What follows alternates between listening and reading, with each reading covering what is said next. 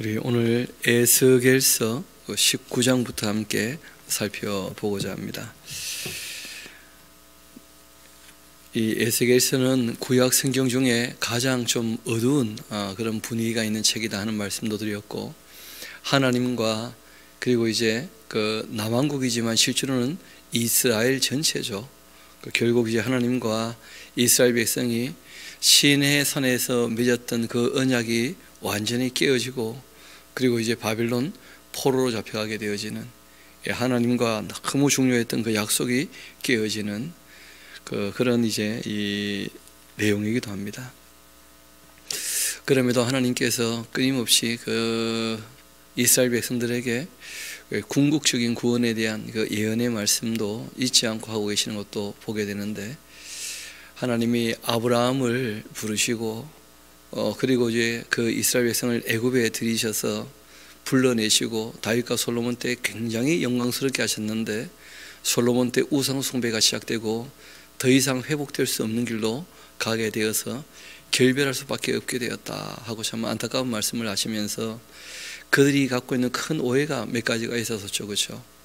조상이 죄를 지었는데 자신들이 벌을 받고 있는 것으로, 그래서 하나님께서 그렇지 않다, 각 사람의 행한 대로 하나님께서 갚으시고, 악인이 그 죄악 가운데 죽는 걸 하나님께서 원치 않으신다는 거예요. 거기도 돌이켜 살기를 원하고 계신다, 이런 것을 명확히 말씀하시죠. 그런데 그러한 이제 하나님의 그 은혜와 긍휼과 자비를 잘 깨닫지 못하게 되어지고, 이 예언자가 또 외쳐보니까 알지 않습니까? 하나님 말씀이 전달되는지 전달되지 않는지. 참 요즘에는 운반하는 사람이 자꾸 무슨 말을 집어넣어서 문제가 되지만, 이때는 에스겔이 진솔하게 있는 그대로 바르게 전달하고 있거든요. 근데 참 안타깝게도 그 말씀이 받아들여지지 않고 모든 사람들에게 거부되고 있는 그런 모습도 보게 됩니다. 그런 가운데 이분이 이제 애가를 부르는 그런 장면이 나오는데, 우리 에스겔서 19장 같이 가봅시다. 너는 이스라엘 고관들을 위하여 애가를 지어 불러라 하고 이제 말씀하시는데, 그 애가를 그 비유로 쭉 얘기를 하니까 잘 알기는 어렵죠. 그 역사를 알면 그렇게 어렵지는 않습니다. 그러니까 이 요시아 왕 그 아들 그 여호아스, 요야긴 그 시드기야, 그렇게 이제 마지막 그 왕들 이야기를 그 비유로 그렇게 쭉 설명을 하시는 거예요. 내 어머니는 무엇이냐? 그 암사자라, 암사자. 그가 사자들 가운데 엎드려 젊은 사자 중에서 그 새끼를 길렀는데, 그 새끼 하나를 키우니까 젊은 사자가 되었고, 먹이 물어뜯기를 배워서 사람을 삼킴에 이방 사람들이 듣고는 함정으로 그를 잡아 갈고리로 깨어 끌고 애굽 땅으로 갔었다 하는 이 왕은 여호아스라고 하는 왕이죠. 요시아의 그 아들입니다. 그래서 이 암사자가 기다리고 있다가 남아국 유다가 소망이 끊어진 줄 알고 있다가 그 새끼 하나를 또 골라서 젊은 사자로 키워냈다는 거예요. 젊은 사자가 되어서 여러 사자 가운데서 왕래하며 먹이를 물어뜯기를 배워서 사람을 삼키고, 그 궁궐들을 헐고 성읍을 부수고 그 우는 소리로 말미암아 땅이 그 안에 가득한 것이 황폐한지라, 이방이 포위하고 있는 그 지방에서 그를 치고 실어와서 그 위에 그물을 치고는 함정에 잡아가지고 우리에 넣고 갈고리로 깨어 끌고 그 바벨론 왕에게 이르게 되었고, 그를 옥에 가두어서 그 소리가 다시 이스라엘 산에 들리지 않게 하였다. 여호아스는 애굽으로 잡혀갔고, 요야긴 왕은 바벨론으로 잡혀갔고, 너의 피의 어머니는, 피의 어머니 하니까 참 이게 어려워지고 하는데, 너 혈통은 그런 뜻입니다. 너가 누구의 피를 이어받았냐, 그런 정도의 의미인데요. 물가에 심겨진 나무 같아서 물이 많음으로 열매가 많고, 또 가지가 무성하며 그 가지들은 강하여 권세자원자의 규가 될 만한데, 그 하나의 키가 굵은 가지 가운데에서 높았으며 많은 가지 가운데에서 뛰어나 보이다가 분노 중에 뽑혀 땅에 던짐을 당하며 그 열매는 동풍에 마르고 그 강한 가지는 꺾이고 말라서 불에 탔더니 이제는 광야 메마른 가물이 든 땅에 심겨진 바 되었고 불이 그 가지 중 하나에서부터 나와 그 열매를 태워버렸고 권세 잡은 자의 교가 될 만한 이 강한 자가지가 없도다 하라 하고 말씀하시는 거예요. 그러니까 이 여호아스는 애굽에 잡혀갔고 그 요야김 그 다음에 그 아들이 요야긴이었거든요. 근데 요야긴으로 해서 그 다윗 시대가 끝났다는 거예요. 그리고 이제 그 아들이 아닌 삼촌이 되는 이제 그 시드기야가 마지막 왕이었는데 그 시드기야는 그 대수로 보면 그 요야김보다 그 윗되지 않습니까? 그래서 요야긴까지 해서 남왕국 유다는 그 혈통적으로 왕이 완전히 끝났다는 거예요. 그 이후에 이제 예수님이 다윗의 그 왕위에 앉으셔가지고 통치할 때까지 더 이상 다윗의 후손이 왕이 되어 통치하지 못합니다. 이후에 이제 그 스룹바벨 같은 분은 왕이 아니라 총독이었고, 그리고 이제 마카비 왕조라 해서 왕조가 하나 있는데 그 왕조는 레위 지파가 왕조가 되어 있어요. 그리고 예수님 오실 때 유다 또 왕이 있지 않습니까? 그 유대의 그때 왕은 헤롯, 에돔 족속이었어요. 그리고 잘 아시는 것처럼 지금까지 더 이상 유다 지파에서는 왕이 일어나지 않습니다. 하나님께서 여호야긴까지 해서 유다 왕가의 그 왕조는 혈통적으로 끝났다, 그렇게 이제 확실히 말씀을 하신 거예요. 그리고 그 예언의 말씀은 지금도 성취되고 있다는 거예요. 더 이상 누구도 지금 유다 지파에서 왕이 되어야 된다 그런 생각 안 하고 있거든요. 그래서 예수님 재림 이후에 만왕의 왕으로 만주의 주로 그 이 땅을 통치하시기 전까지는 더 이상 이제 유다 지파에서 왕이 일어나지 않는 것이죠. 원세 잡은 자의 그 규가 될 만한 강한 자가지가 없도다. 이것이 애가라, 참 슬픈 노래죠. 하나님께서 다윗에게 말씀하실 때 너가 정말 그 하나님 말씀을 따라 살고 너희 자손들이 하나님의 뜻을 쫓아 통치한다면 그 왕위가 영원히 이어질 거다, 그런 말씀을 하셨었거든요. 후에도 애가가 될 것이다. 지금까지도 참 이 유다 지파에게는 슬픈 노래인 것이죠. 20장 이어봅시다.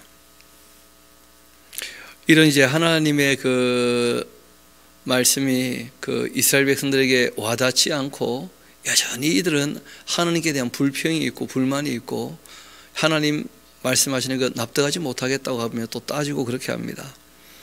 7째 해 5째 달, 그러니까 이제 2, 3년만 있으면 그 예루살렘은 파괴되고 말 것입니다. 그 10째 날에 이스라엘 장로 여러 사람이 여호와께 또 물으러 와서 그 에스겔 앞에 앉아 있습니다. 여호와의 말씀이 내게 임하여 이르시되 인자야 그 이스라엘 장로들에게 말하여 이르라. 주 여호와께서 이처럼 말씀하셨는데 너희가 나에게 물으려고 왔느냐? 내가 나의 목숨을 걸고 맹세하거니와 너희가 내게 묻기를 내가 용납하지 아니할 것이다. 물어볼 때 뭘 몰라서 알고 싶습니다 하면 누구나 참 가르쳐주고 싶은 마음이 있습니다. 그렇지 않습니까? 그런데 이 사람들은 물으러 오는 게 아니고 실제로는 따지러 온 거예요. 따지러. 이미 답은 자기가 가지고 있고 하나님 참 일 이상하게 한다 하는 마음을 가지고는 따지러 온 것이니까 우리가 뭐 좀 여쭤봅시다 하는 것하고 뭐 좀 물어봅시다 하고 많이 다르지 않습니까? 그러니까 하나님께 물으러 온다는데 전혀 뭘 몰라서 하나님 뜻을 알고 싶다 이런 게 아니고 하나님께 따지러 오는 거예요, 이 사람들이. 그러니까 하나님께서 너희가 나한테 그렇게 물어보는 거 내가 용납지 않겠다, 자세가 틀려 먹었다면서 하나님께서 참 마음 상해하셔요.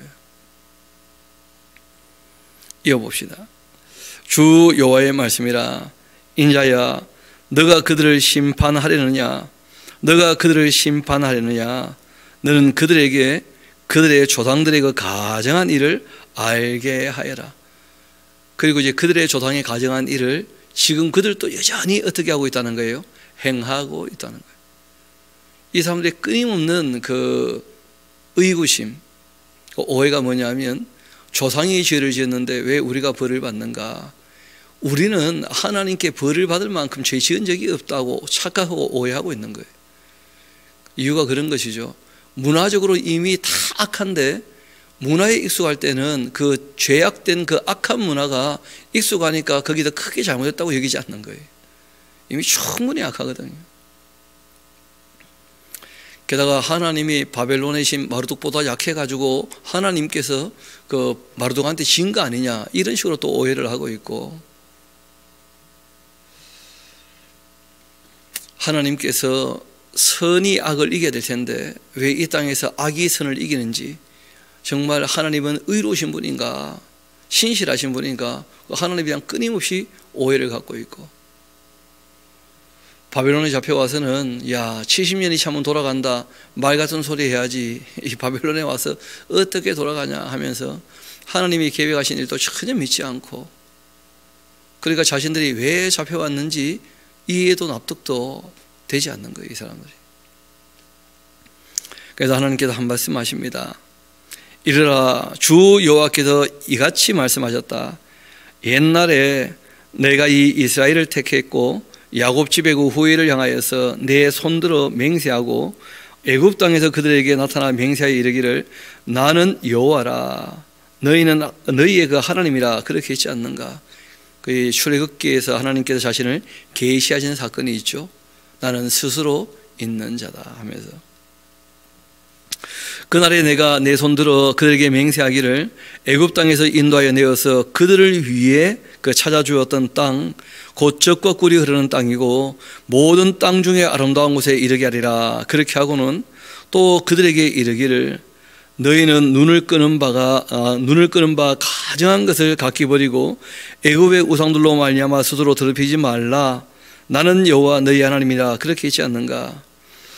그들이 내게 반역하여 내 말을 즐겨 듣지 않고 그들의 그 눈을 끄는 바 가증한 것을 각기 버리지 아니하며 애굽의 우상들을 떠나지 아니하므로 내가 말하기를 내가 애굽 땅에서 그들에게 나의 분노를 쏟으며 그들에게 진노를 이루리라 그렇게 하였노라.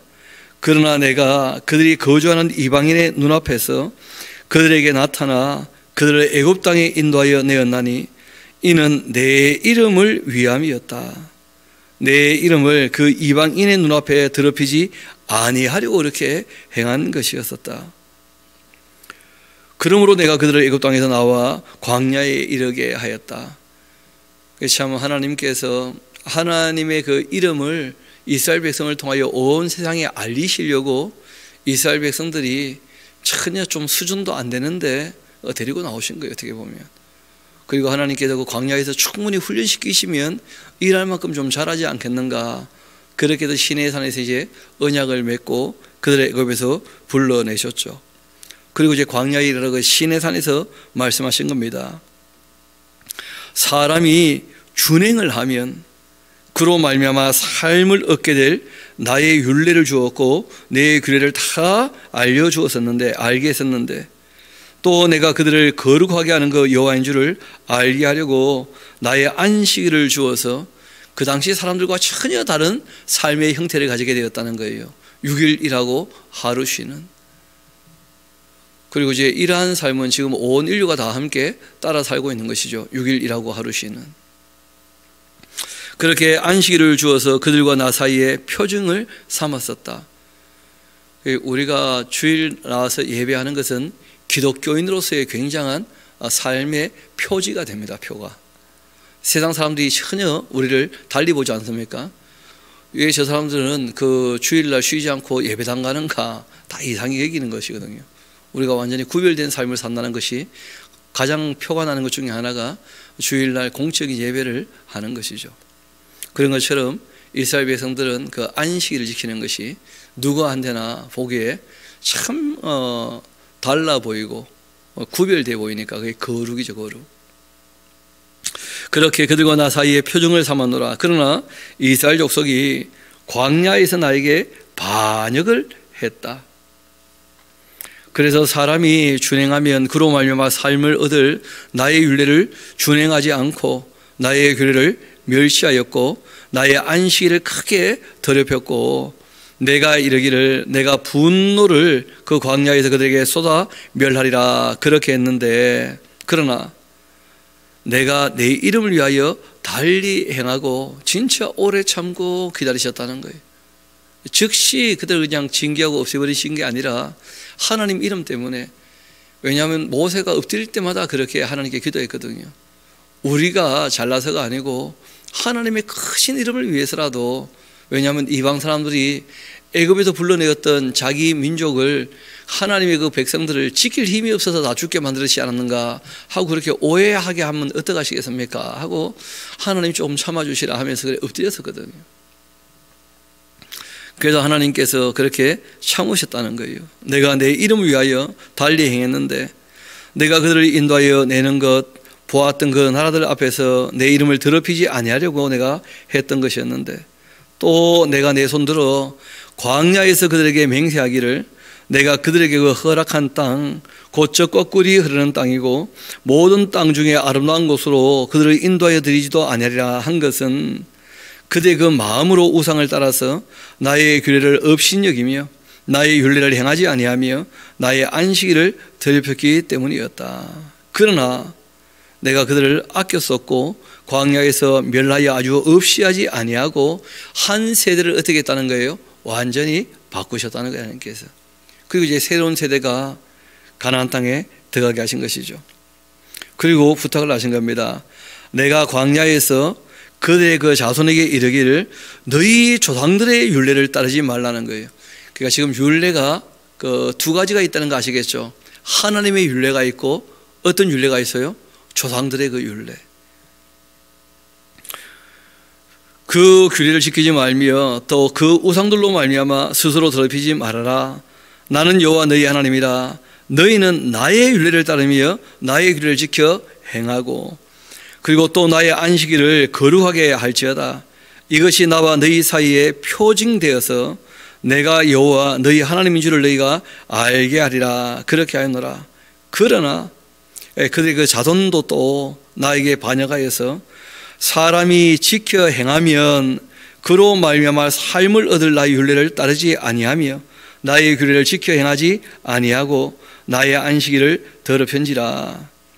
이에 내가 이르기를 내가 광야에서 그들에게 내 분노를 쏟으며 그들에게 내 진노를 이루리라. 그렇게 했었다. 그러나 하나님께서 또 은혜를 베푸셨다는 거예요. 내가 내 이름 위하여 나의 그 분노의 손을 막아가지고 다르게 행동하였다.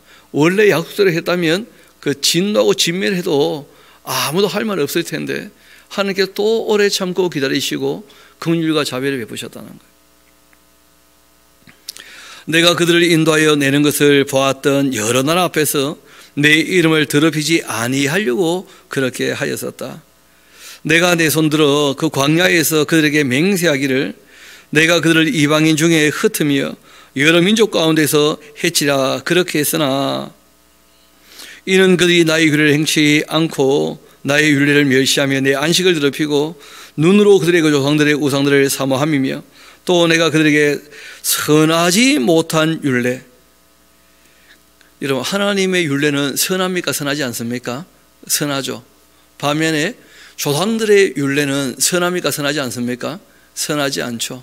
그래서 하나님께서 그들이 하나님의 율례와 법도를 따르지 않고 여전히 그 아꼈던 조상들의 그 율례와 법도, 안식일을 지키지 않고 그리고 또 우상 숭배했던 바로 그 율례와 법도, 내가 그들에게 선하지 못한 율례와 또 능히 지키지 못할 규례, 그런 것은 지켜 살면 안 되거든요.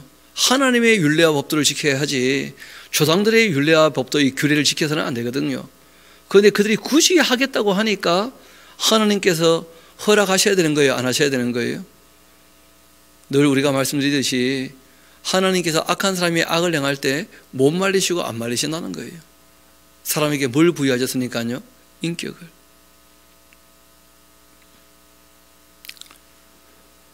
그렇게 해서 그들이 뭐 장자를 다 화제로 드리는 그 예물로 내가 그들을 더럽혔었다.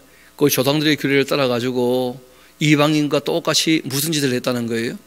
아들을 불살라 바치고 하나님께서 사람에게 인격을 부여하셨으니까 말리지를 못하시는 거예요. 하나님이 오래 참고 기다리셨는데 사람들이 오해를 한 거죠. 그렇게 해도 괜찮은 줄 알았다는 거예요. 거기에 대한 이제 큰 오해가 있었던 거예요. 하나님은 오래 참고 기다리시는 것인데 사람들은 그래도 괜찮은 것이구나 하고 오해를 한다는 거예요. 그들이 그렇게 장자를 다 화제로 드리는 그 예물로 내가 그들을 더럽혔으면 그들을 그 멸망하게 하여서 나를 여호와인 줄을 알게 하려고 한 것이었다. 그래서 그들이 악을 행하도록 내버려 두었고, 그리고 죄악이 관영하게 되었을 때 내가 그들을 레위기에서 약속한 그대로 어떻게 했다는 거예요? 하나님께서 때리셔서, 정말 하나님은 오래 참고 기다리시지만 그러나 죄악이 관영하게 되어지면 하나님은 정말 말씀하신 대로 때리시는 분이시구나, 이런 걸 확실히 알게 했다는 거예요. 그것이 지금 이 남왕국 유다가 바벨론에 무너지는 이야기. 벌써 2번 포로로 잡혀갔고, 그리고 이제 마지막 포로로 잡혀가는 성전이 무너지기 한 2, 3년 전에 이 말씀을 지금 하고 계시는 것이죠. 그러니 인자야 이스라엘 족속에게 말하여 이르라. 주 여호와께서 이와 같이 말씀하셨는데 너희 조상들이 또 내게 범죄하여 나를 욕되게 하였다. 내가 내 손들어 그들에게 주기로 맹세한 땅 그들을 인도하여 드렸는데 그들이 그 모든 높은 산 모든 무성한 나무 보고 거기에서 제사 드리고 분노하게 하는 그 제물을 올리며 거기서 또 분향하고 전제물을 부어 드린지라. 이에 내가 그들에게 이르기를 너희가 다니고 있는 산당은 뭐냐 그렇게 하였노라. 그것은 오늘까지도 이 바마 그 산당이라는 뜻입니다. 언덕 또는 산당 그런 뜻인데 산당이라 그렇게 일컫느니라. 그러므로 너희 이스라엘 족속에게 이르라.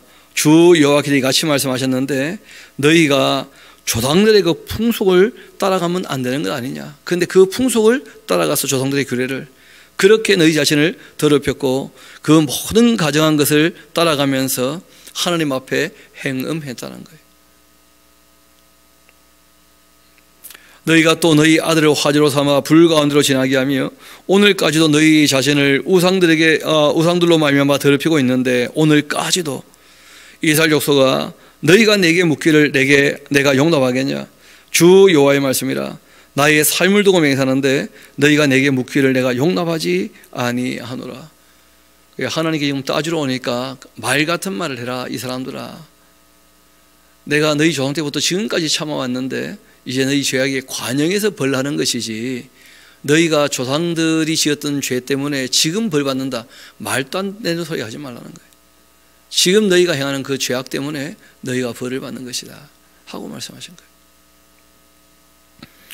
너희가 스스로 이르기를 우리가 이방인 곧 여러 나라 족속같이 되어서 목석을 경배하리라 그렇게 하거니와 너희의 마음에 품고 있는 것 결코 이루지 못할 거야. 왜냐하면 하나님 앞에 회개하지 않는 사람들, 애통하지 않는 사람들 진멸당할 것이거든요. 남아있으면 칼에 죽을 것이고 도망가도 칼이 따라갈 것이고 또 여기저기 피하여 숨어도 하나님께서 전염병을 보내서 다 죽게 만드실 것이니까. 주 여호와의 말씀이니라. 내가 나의 삶을 두고 맹세하는데 내가 이 능한 손과 편팔로 분노를 쏟아서 너희를 반드시 다스릴 것이다. 능한 손과 편팔로 분노를 쏟아 너희를 여러 나라에서 나오게 하며 너희를 흩어졌던 여러 지방에서 모아낼 것이고 그리고 너희를 인도하여 여러 나라 광야에 이르러 거기에서 너희를 대면하여 심판할 것인데 내가 애굽 땅 광야에서 너희 조상들을 심판한 것 같이 너희를 심판할 것이다. 주 여호와의 말씀이니라. 내가 너희를 막대기 아래로 지나가게 하며 언약의 줄로 맬 것이다. 이 막대기 아래로 지나가게 한다 하는 거 우리가 참 익숙지 않죠. 이건 이제 뭐냐면 양을 키우는 사람들, 그 염소를 이제 키우는 사람들 다 흩어서 이제 먹이고 난 다음에 불러들이면 우리로 들어오지 않습니까? 그럴 때 이제 그 막대기를 가지고 몇 마리도 아니지 이렇게 헤아려 보다가 자기 양이 아니면 들어오면 안 되잖아요. 그럼 그 양은 주인 찾아줘야죠. 그래서 막대기 아래를 지난다 하는 것은 가려낸다 그런 뜻입니다. 그리고 언약의 줄로 맬 것이다. 2개의 중요한 줄이 있다 그랬죠. 사람을 끄는 줄, 인격을 끄는 줄, 약속의 끈과 그 사랑의 끈. 그 언약의 줄로 매련이와 너희 가운데서 반역하는 자, 내게 범죄한 자 모두 못 들어오게 할 거라는 거예요. 다 제하여 버릴 것이다. 그들 그 머물러 살던 땅에서는 나오게 해도 이스라엘 땅에는 들어가지 못하게 할 것이다. 그때가 되면 너희가 나는 여호와인 줄을 알게 될 것이다. 말씀하신 대로 이루시는 것을 보게 할 거라는 거죠. 주 여호와께서 이같이 말씀하셨다. 이스라엘 족속아, 너희가 내 말을 듣지 아니하려거든 가서 각각 그 마음대로 우상을 좀 섬겨라 그래. 그렇게 하려거든 이후에 다시는 너희 예물과 너희 우상들로 내 거룩한 이름을 더럽히지 마라. 그 우상 섬기고 있으면서 자기 욕심을 따라 살면서 자꾸 하나님 이름 부르고 그렇게 하지 말라는 거예요. 하나님께서 나는 우상과 함께 섬김받을 수 있는 그런 존재도 아닐 뿐더러 사람이 주인이다. 그건 말이 안 나는 거예요. 하나님이 주인이시지. 주 여호와의 말씀이라. 이스라엘 온 족속이 그 땅에 있어 내 거룩한 산 곧 이스라엘의 그 높은 산에서 다 나를 숨기게 될 때가 올 것이다. 거기에서 내가 그들을 기쁘게 받을 것이고 거기에서 너희 예물과 너희가 드리는 첫 열매와 너희 모든 성물을 요구하게 될 것이다. 내가 너희를 인도하여 여러 나라 가운데 나오게 할 것이고 너희가 흩어진 여러 민족 가운데에서 모아낼 때 내가 너희를 향기로 받고 또 내가 또 너희로 말미암아 내 거룩함을 여러 나라의 목전에 나타내게 될 때가 올 것이다. 내가 내 손들어 너희 조상들에게 주기로 그 맹세한 땅 곧 이스라엘 땅으로 너희를 인도하여 드릴 때에 너희는 내가 여호와인 줄을 알게 될 것이고 거기에서 너희의 그 길과 스스로 더럽힌 모든 행위를 기억할 것이고 이미 행했던 모든 그 악으로 말미암아서는 스스로 미워하게 될 때가 반드시 올 것이다. 그래서 하나님께서 말씀하시는 것이 너희가 그렇게 내가 말한 대로 바벨론에 잡혀가고 또 거기에서도 하나님께로 돌아올 사람도 있지만 또 망할 사람도 또 있다는 거예요. 말씀하신 그대로 그렇게 역사 가운데 내가 말한 것이 이루어지는 것을 보거들랑 하나님께서 궁극적인 구원에 대한 예언의 말씀을 꼭 하신다 그러셨죠. 내가 반드시 때가 되면 그들을 다시 부를 때가 올 것이다. 그리고 그 이스라엘의 부르심은 모든 민족도 함께 누리게 될 영광인 것이다. 그것이 이제 무엇이냐면 천여왕국에 대한 이야기다. 그래서 이스라엘의 궁극적인 구원에 대한 예언은 이스라엘을 중심으로 한 만국의 회복입니다. 예수님 재림 이후에 이제 이 땅에 임하게 될 그 천여왕국이죠. 이스라엘 족속아, 내가 너희의 그 악한 길과 더러운 행위대로 하지 않고 내 이름을 위하여 행한 후에야 내가 여호와인 줄을 너희가 알리라. 주 여호와의 말씀이니라. 그래서 우리가 하나님의 긍휼과 은혜와 자비가 참 크시다 그런 고백을 하는 거예요. 원래는 뭐 죄를 지었다면 죄의 삭은 사망 아닙니까? 그래서 모든 인류가 다 지옥 가도 할 말이 아무도 없다는 거예요. 그런데 그 예수님을 이 땅에 보내셔가지고 죄값을 대신 치르게 하시고 또 부활의 첫 열매가 되게 하셔서 우리에게 영생의 소망을 주기 때문에 예수라는 그 이름 참 비밀이 되는 것이고 가장 소중한 이름이 된 것이죠. 그 예수라는 이름의 그 뜻이 여호와께서 지금 여기서 말씀하시는 그대로 긍휼과 자비가 많으셔서 하나님의 자신의 이름을 위하여서 건져주시겠다는 거예요. 우리가 잘해서가 아니라. 그래서 우리가 구원은 우리에게 그 근거나 우리에게 무슨 방법이 있는 것이 아니고 하나님께서 은혜로 구원하신다. 그리고 하나님께서 내신 방법 우리가 확실히 아는 것 중에 하나가 그 독생자를 이 땅에 보내신 것이다. 그리고 지금도 하나님의 사람들을 통하여 말씀으로 우리를 끊임없이 돌아오라 부르고 계신다. 그러할 때 성령께서 역사하셔서 하나님의 그 택한 백성이라면 정말 그 말씀이 그 사람에게 와닿아서 그 말씀으로 방향을 돌이키고 삶을 고쳐가게 되겠죠. 그렇게 말씀하신 것입니다. 다시 한번 44절 봅시다. 이스라엘 족속아, 내가 너희의 그 악한 길과 더러운 행위대로 하지 않을 거고 내 이름을 위하여 행한 후 내가 여호와인 줄 너희가 알리라. 주 여호와의 말씀이니라. 여호와의 말씀이 또 내게 임하여 이르시되 인자야 너는 얼굴을 남으로 향하리라. 그 남으로 향하여 소리내어서 남쪽의 숲을 쳐서 좀 예언을 해라. 남쪽의 숲에게 이르기를 여호와의 말씀을 들을지어다. 주 여호와께서 같이 말씀하셨는데 내가 너희 가운데 불을 일으켜 모든 푸른 나무 모든 마른 나무 다 없애버릴 것이니까 맹렬한 불꽃이 꺼지지 아니하고 남에서 북까지 모든 얼굴이 그들러지게 될 거다. 혈기는 모든 자 나 여호와가 그 불을 일으킨 줄 알 것이다. 그것이 꺼지지 아니하리라. 그렇게 하셨다 하라. 그런 말씀을 하시는 거예요. 이게 이제 무슨 말씀이냐면 지금 에스겔은 바벨론에 있지 않습니까? 바벨론의 그 남쪽에 잘 아시는 것처럼 이스라엘이 있고 그 예루살렘이 있는 거예요.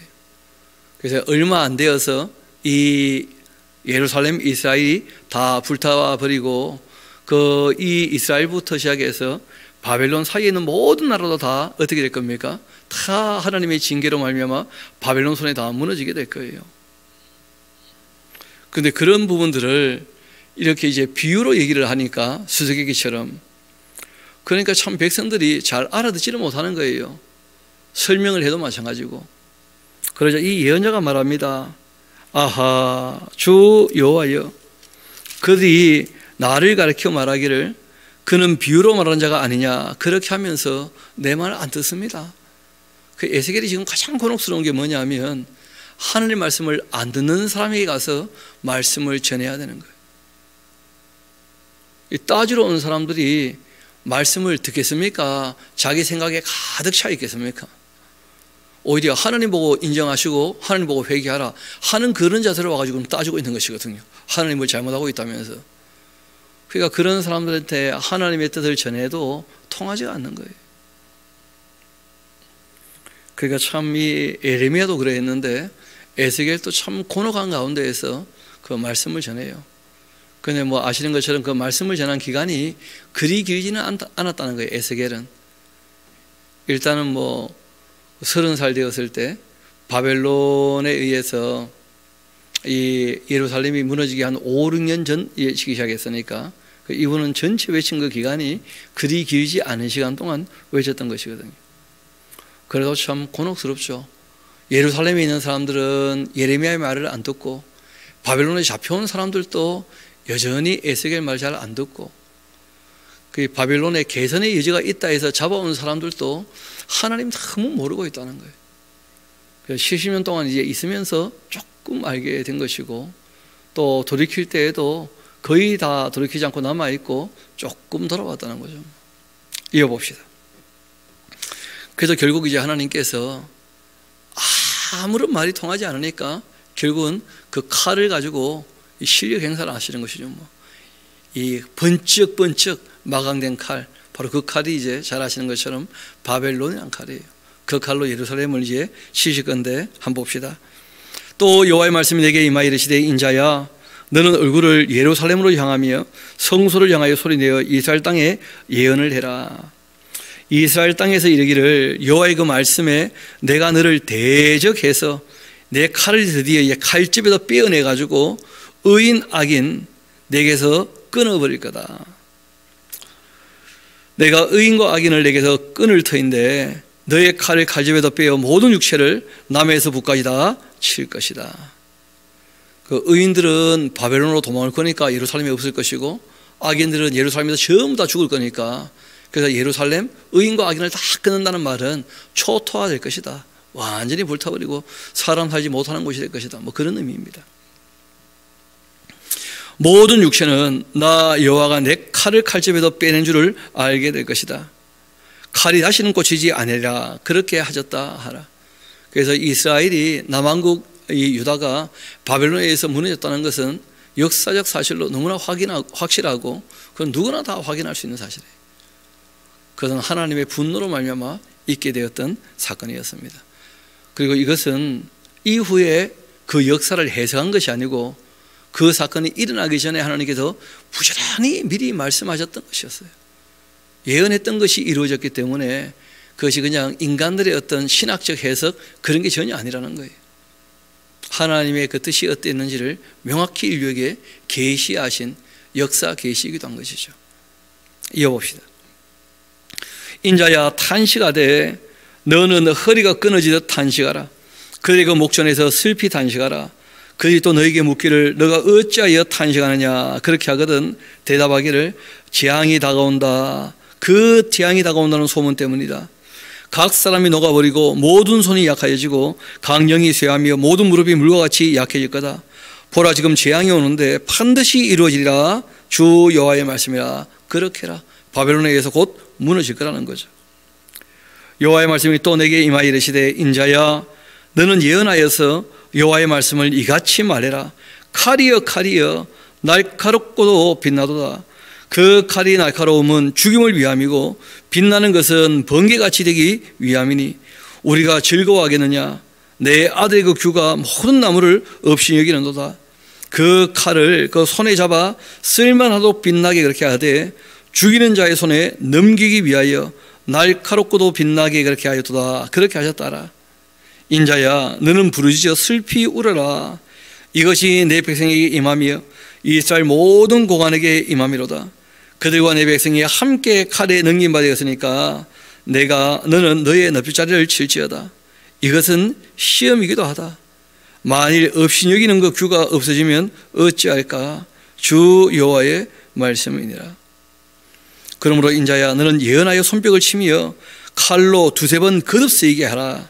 이 칼은 죽이는 칼인데 사람들을 둘러싸고 죽이는 큰 칼이로다.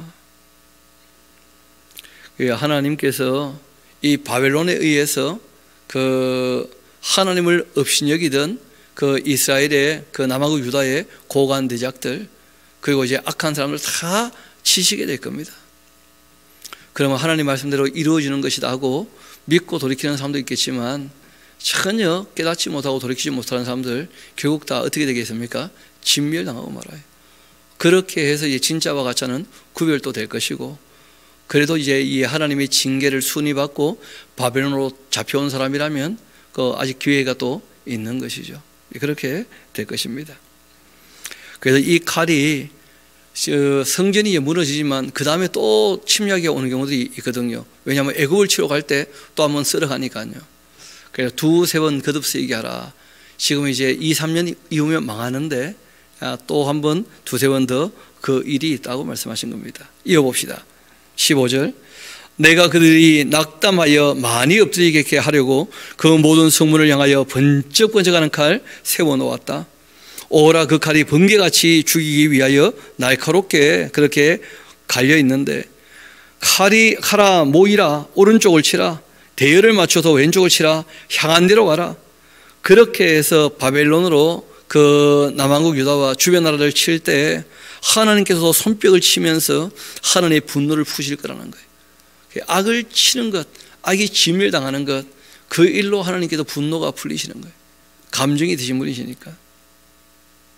여호와의 말이니라. 여호와의 그 말씀이 내게 임하여 이르시되 인자야 너는 바벨론 왕의 길이 오게 되는 두 길을 한 땅에서 나오도록 좀 그려봐봐라. 바벨론에서 이제 이렇게 쭉 남쪽으로 오게 될 때 그 두 갈래 길이 이제 나오게 되어져요. 그게 뭐냐면 랍바라고 하는 아람 땅으로 가는 길하고 그 다음에 이 예루살렘 그 이스라엘로 가는 이 길하고 두 길로 갈라져요. 그때 이제 바벨론 왕이 고민을 한답니다. 어디를 먼저 칠까?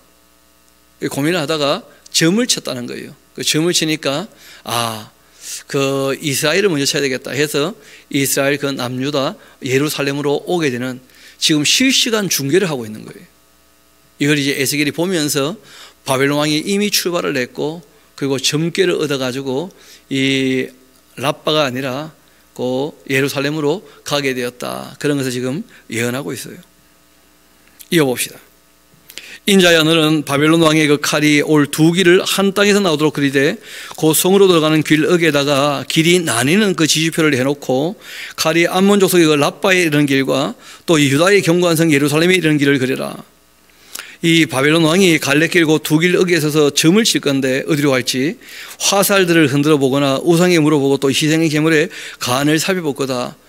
뭐 오른쪽이냐 왼쪽이냐 이런 거 이제 살피는 그런 다 점치는 방법들이죠. 오른손에 이 예루살렘으로 갈 그 점괘를 얻었으므로 공성태를 설치할 거고 입을 벌리고 죽이며 소리 높여 외치며 성문을 향하여 공성태를 설치하고 토성을 쌓고서 사다리를 세우게 되었다. 처음 기억나실지 모르겠습니다만은 이 에스겔이 모래톱을 쌓아놓고 전쟁놀이 했던 거 있었지 않습니까? 설교할 때. 그때 이제 토성을 쌓아놓고는 그리고 공성태를 가지고 그 성을 점령하고 있는 그런 이제 그 설교를 한 적이 있었어요. 그래서 진짜로 이제 공성태를 가지고 예루살렘을 무너뜨리는 거예요. 그 옛날 성을 무너뜨리는 방법 중에 한 가지였던 것이죠. 전에 그들에게 맹약한 자들 그것을 거짓 정기로 여길 것인데 그러나 바벨론 왕은 그 죄악을 기억하고 그 무리를 잡게 될 것이다. 전에 그들에게 할 때 그들은 또 누구냐 하면 그 바벨론 나라가 아닌 애굽에 우리를 건져줄 거다 하고 그 참 마음을 품고 애굽과 약속했던 자들, 바벨론 때문에 망하게 되는 것 괴로울 겁니다. 그들도 또 애굽에 그 도움을 받으려고 점괘를 얻어가지고 약속을 맺었던 것이거든요. 그게 다 헛되고 만 거예요. 이어봅시다. 그러므로 주 여호와께서 같이 말씀하신다. 너희의 그 악이 기억을 되살리며 너희의 그 허물이 드러나며 너희의 모든 행위의 그 죄가 나타났도다. 너희가 기억한 바 되었으니까 그 손에 잡히게 될 거다. 너 거각하여서 중상을 당할 이스라엘 왕아, 너희의 날이 이르렀으니까 곧 죄악의 마지막 때가 될 것이다. 이 시드기야 왕 곧 망할 거라는 거예요. 그리고 그 왕이 죽으면 유다 왕은 이제 완전히 끝나는 겁니다. 주 여호와께서 같이 말씀하셨다. 관을 제거하며 왕관을 벗겨라. 그대로 두지 못할 것이다. 낮은 자 높이고 높은 자 낮추어라. 내가 엎드러뜨리고 엎드러뜨릴 것인데 이것도 다시 잊지 못할 것이다. 마땅히 얻을 자가 이르면 그에게 주어야 할 거다.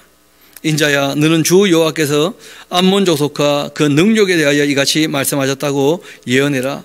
너는 이르기를 칼이 뽑히도다 칼이 뽑히도다 죽이며 멸절하며 번개같이 되기 위하여 빛났도다. 너에게 대하여 험한 것 보며 너에게 대하여 거짓 복수를 하는 자 너를 중상당한 그 악인의 목에 둘 것이다. 이는 그의 날 곧 이 죄악의 마지막 때가 이르기 때문이다. 심판의 때가 왔다는 거예요. 바벨론으로 말미암아 예루살렘이 무너지는. 그러나 칼을 그 칼집에 꽂을지어다. 진멸하는 것처럼 보였지만 하나님께서 아직도 기회를 또 주시죠. 바벨론에 잡혀온 사람들 하나님께서 개선의 여지가 있다고 보시고 그들 70년 동안 훈련해서 다시 또 기회를 주실 것이니까요. 그리고 너가 출생한 땅에서 내가 너를 또 심판할 거다. 하나님께서 그 칼도 어떻게 하실 겁니까? 심판할 거예요. 바벨론도 무너집니다. 내가 분노를 너에게 쏟고 또 내 진노의 불을 너에게 내뿜고 너를 짐승 같은 자고 멸하기 그 익숙한 자의 손에 넘길 거다. 너가 불의 석과 같이 될 것이며 너의 피가 나라들 가운데 있게 될 것이고 너가 다시 기억되지 못할 것이니 나 여호와가 말하였음이니라. 그렇게 하나님의 칼이 되어가지고 모든 나라를 치고 그 예루살렘을 쳤던 그 바벨론. 그런데 그 칼은 하나님이 잠깐 사용하신 것이고 이 바벨론도 교만 방지하게 되어서 결국 버림을 받게 되면 기억도 되지 못하게 될 거다. 그렇게 말씀하신 겁니다. 그리고 여호와께서 말씀을 이어하시죠. 인자야, 너가 심판하려느냐. 앞을 향해 봅시다. 뭐 이런 거죠. 칼을 갈아가지고는 드디어 이제 이 목에다가 딱 대고 마지막 이제 한 말씀 하시는 거예요. 내 인연, 내 죄를 알겠냐? 뭐 그렇게 하지 않겠어요? 근데 그때라도 죄를 인정하면 그러면 또 사는 길이 열리는 거예요. 바벨론에 잡혀가는. 아직 2, 3년 남았지 않습니까? 근데 끝까지 그 인정하지 않으면 그때 비로소 어떻게 됩니까? 참수, 목을 베어버리는 거예요. 그래서 22장과 23장이 바로 이제 그런 내용들인데 마지막 국문과 참수하는 그런 장면이에요. 이어봅시다. 인자야, 너가 심판하느냐? 이 피 흘린 성읍을 심판해라. 억울한 피를 너무 많이 흘렸기 때문에 의인들의 피를 예루살렘이 드디어 그들이 피를 흘리게 될 겁니다. 그리하여 그들은 자기에게 모든 가정한 일 그들에게 알게 하라. 너는 말하라. 주 여호와께서 같이 말씀하셨다. 자기 가운데 피를 흘려 벌받을 때가 이르게 하며 우상을 만들며 스스로 더럽히는 성아, 너가 흘렸던 피 그 피로 말미암아서 죄가 있고 너가 만든 우상으로 말미암아서 스스로 더럽혔는데 너의 날이 가까웠고 또 너의 연한이 찼다. 그러므로 내가 너희 이방이 그 능력을 받으며 만국의 조롱거리가 되게 하였다. 너희 이름이 더럽고 또 의로움이 많은 자여 가까운 자나 먼 자나 다 너를 조롱할 거다. 이스라엘 모든 고관 각기 그 권세대로 피를 흘리려고 너희 가운데 있었도다. 그들이 너희 가운데에서 부모를 업신여겼으며 너희 가운데에서 나그네를 학대하였으며 너희 가운데에서 이 과와 가부를 해쳤었도다. 또 너는 나의 성물들을 업신여겼으며 나의 안식일을 더럽혔으며 너희 가운데 피를 흘리려고 이간을 붙이는 자도 있었으며 너희 가운데 산 위에서 재물을 먹는 자도 있었으며 너희 가운데 음행하는 자도 있었지 않느냐. 너희 가운데 자기 아버지 아치를 드러내는 자도 있고 너희 가운데 월경하는 부정한 여인과 관계하는 자도 있었고 어떤 사람은 그 이웃의 아내와 가정한 일을 행하였으며 어떤 사람은 그 아내를 며느리를 더럽혀 은행했고 너희 가운데 어떤 사람은 그 자매 곧 아버지의 딸과 관계했다. 너희 가운데 피 흘리며 또 뇌물을 받는 자 있었고 너가 이 변동과 이자를 받았으며 이익을 탐하며 이웃을 속여 빼앗았다. 그렇게 하나님 말씀을 버렸기 때문에 하나님을 잊어버린 거라는 거예요. 하나님께서 하지 말라는 것들 다 했지 않습니까? 주 여호와의 말씀이다. 너가 불의를 행하여 이익을 얻은 일과 또 너희 가운데 피 흘린 일로 말미암아 내가 손뼉을 쳤지 않는가. 내가 너에게 보복하고 응징하는 날 너의 마음이 견디겠느냐. 너의 손이 힘이 있겠느냐. 나 여호와가 말하였으니까 내가 이룰 것이다. 내가 너를 문나라 가운데 흩으며 각 나라에 해치고 그리고 너의 더러운 것을 너희 가운데 멸할 것이다. 너가 자신 때문에 나라들이 그 목전에서 수치를 당하게 될 텐데 내가 여호와인 줄을 내가 말한 대로 이루어지는 것을 보면 다 알게 될 것이다. 그렇게 말씀하신 거예요. 또 여호와의 말씀이 그 에스겔에 임했죠. 이르시되 인자야 이스라엘 족속이 나에게 찌꺼기가 되었으니까 그 풀물 가운데 있는 노지나 주석이나 쇠나 납이나 은에 찌꺼기다. 아무 가치 없고 쓸모없이 되었다는 거예요. 제사장 나라로 부르셨는데 전혀 사명을 감당하지 않으니까 그러므로 주 여호와께서 이와 같이 말씀하신다. 너희가 다 찌꺼기가 되었으니까 내가 너희를 예루살렘 가운데로 모을 것이고 사람이 은이나 노시나 쇠나 납이나 주석이나 모아서 이 풀무불 속에 놓고 불 붙여 이 녹이는 것 같이 내가 노여움과 분으로 너희를 모아서 거기에서 두고 녹여버릴 거다. 내가 너희를 모으고 내 분노의 불을 너희에게 불면 너희가 그 가운데서 다 녹고 또 은이 풀물 가운데서 녹은 것 같이 너희가 그 가운데서 녹을 것이다. 그러면 나 여호와가 분노를 너희 위에 쏟은 줄을 너희가 그때 비로소 알게 될 거다. 여호와의 말씀이 내게 임하여 이르시되 인자야 너는 그에게 이르기를 너는 정결함을 얻지 못한 땅이고 진노의 날에 비를 얻지 못한 땅이로다. 그렇게 해라. 그 가운데에서 선지자들의 그 반역함이 우는 사자가 음식물을 삼킨 것 같다. 그게 하나님께서 거짓 선지자에 대한 말씀을 하시는 건데 선지자들이 하나님을 배신했기 때문에 거짓 선지자예요. 말 그대로 선지자는 하나님 하신 말씀을 잘 알아듣고 그 악을 행하면 먼저 말하는 거죠. 약속한 대로 하나님의 징계와 재앙이 임할 거니까 돌이키라 해야 될 것이고 그들이 뭐 선을 행하면 복 받을 때 이거 다 하나님께서 주신 것이니까 감사하자 하는 것인데 미리 알고 얘기해야 되는 것인데 그런데 그들이 다 하나님을 배신하고 자기 욕심을 가지고 떠들었으니까 하나님을 배신한 선지자들이 그 가운데에서 선지자들의 그 반역함이 우는 사자가 음식물을 삼킨 것 같도다. 그들이 사람의 영혼을 삼키고 재단과 보물을 잘취하고 과부를 그 가운데 많게 했다. 그 재단들은 하나님의 율법을 범했고 하나님의 성물을 더럽혔다. 거룩한과 속된 것 구별하지도 않았고 부정한 것과 정한 것 사람이 구별하게 하지도 아니했다. 그걸 다 구별시켜줬어야 되는데 그 눈을 가리어서 나의 안식일을 보지 아니했고 내가 그들 가운데 더럽힘을 받게 되었다. 그 가운데 그 고관들 음식물을 삼키는 일이 같아서 불의한 이익을 얻으려고 피를 흘려서 영혼을 멸하였거늘 그 선지자들이 그들을 위하여서 회를 칠하고 스스로 허탄한 그 이상을 보며 거짓 복수를 행하며 여호와가 말하지 아니하여서도 주 여호와께서 이같이 말씀하셨다. 그렇게 너무 많은 거짓말을 했다는 거예요. 그 기록된 말씀을 가지고 얘기하지 않고 하나님께서 자기에게 무슨 특별한 말씀을 하셨다나 하면서 그런데 그걸 어떻게 확증하고 확인할 수 있는가? 진짜인지 가짜인지. 그 오경이 있다는 거예요. 오경. 그래서 이 에스겔 예언자는 하나님 말씀을 가지고 이제 전하는 사람이 확실한데 너무나 많은 거짓 예언자들이 기록된 말씀대로가 아니라 거짓 위로를 너무 많이 했다는 거예요. 거짓 평안을 너무 많이 말하고 악한 데서 돌이키게 하려고 하지 않았었고 이어봅시다. 그 선지자들이 그들을 위해서 회를 치라고는 스스로 허탈한 이상을 보면서 거짓 복수를 행하며 여호와가 말하지 않았는데도 불구하고 여호와께서 이같이 말씀하셨다 그렇게 했지 않느냐. 이 땅 백성은 포악하고 강탈을 일삼고 가난하고 궁핍한 자를 압제하고 나그네를 부당하게 학대하였으므로 이 땅 위하여 성 쌓고 성 무너진 데를 막아서서 나로 하여금 멸하지 못하게 할 사람을 내가 그 가운데다 찾다가 전혀 찾지 못했다는 거예요. 그 적어도 모세처럼 또 사무엘처럼 하나님 앞에 엎드려 가지고 정말 나라도 지금 하나님 말씀 잘 듣고 있으니까 하나님 조금만 더 참아주시라, 한번 새롭게 해보겠다, 그렇게 하나님을 막아설 수 있는 사람이 아무도 없이 하나님 징계가 이미 임했다는 거예요. 지금까지 우리가 이렇게 평안한 삶을 살 수 있는 이유 중에 하나는 뭐냐면 예수님께서 자신의 목숨을 바쳤기 때문에 하나님의 그 분노, 정의와 공의로 말미암은 하나님의 분노가 막혔다는 거예요. 예수님께서 막아주신 것이거든. 다시 한번 봅시다. 30절. 이 땅을 위하여 성을 쌓으며 성 무너진 데를 막아서서 나로 하여금 멸하지 못하게 할 사람. 예루살렘 성이 왜 무너지는 겁니까? 바벨론이 강력해서가 아니라 하나님께서 허락하셨기 때문에, 너무 죄악이 관영하기 때문에.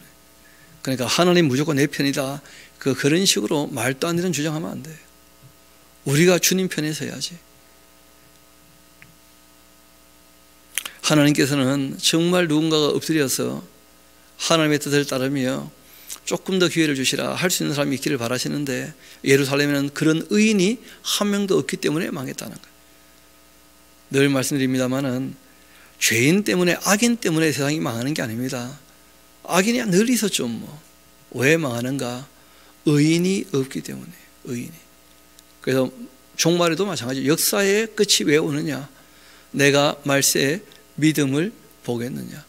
하나님을 정말 신뢰하면서 참되게 선하게 의롭게 아름답게 사는 사람이 한 명도 없기 때문에 이제 끝나는 거예요.